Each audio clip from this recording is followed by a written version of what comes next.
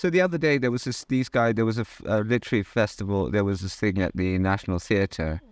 So so you had the writer, the Tanzanian writer. What's his name? No, no. Help me out on this one. By the Sea. Blank.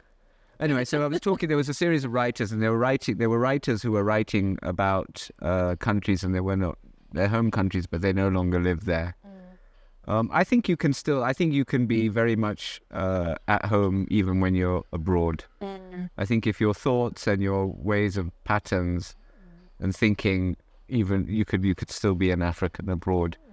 So there was one of the books at the literary festival was "We're All Birds of Uganda," and it's a great book. And in that book, the lead character, he going back to what we were saying.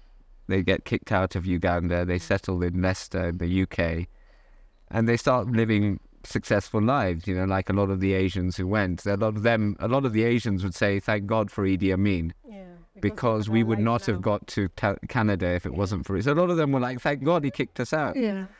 So they kind of made a success. But for this guy in this book, the patriarch, for him, home is always Uganda. Yeah. So I think you can feel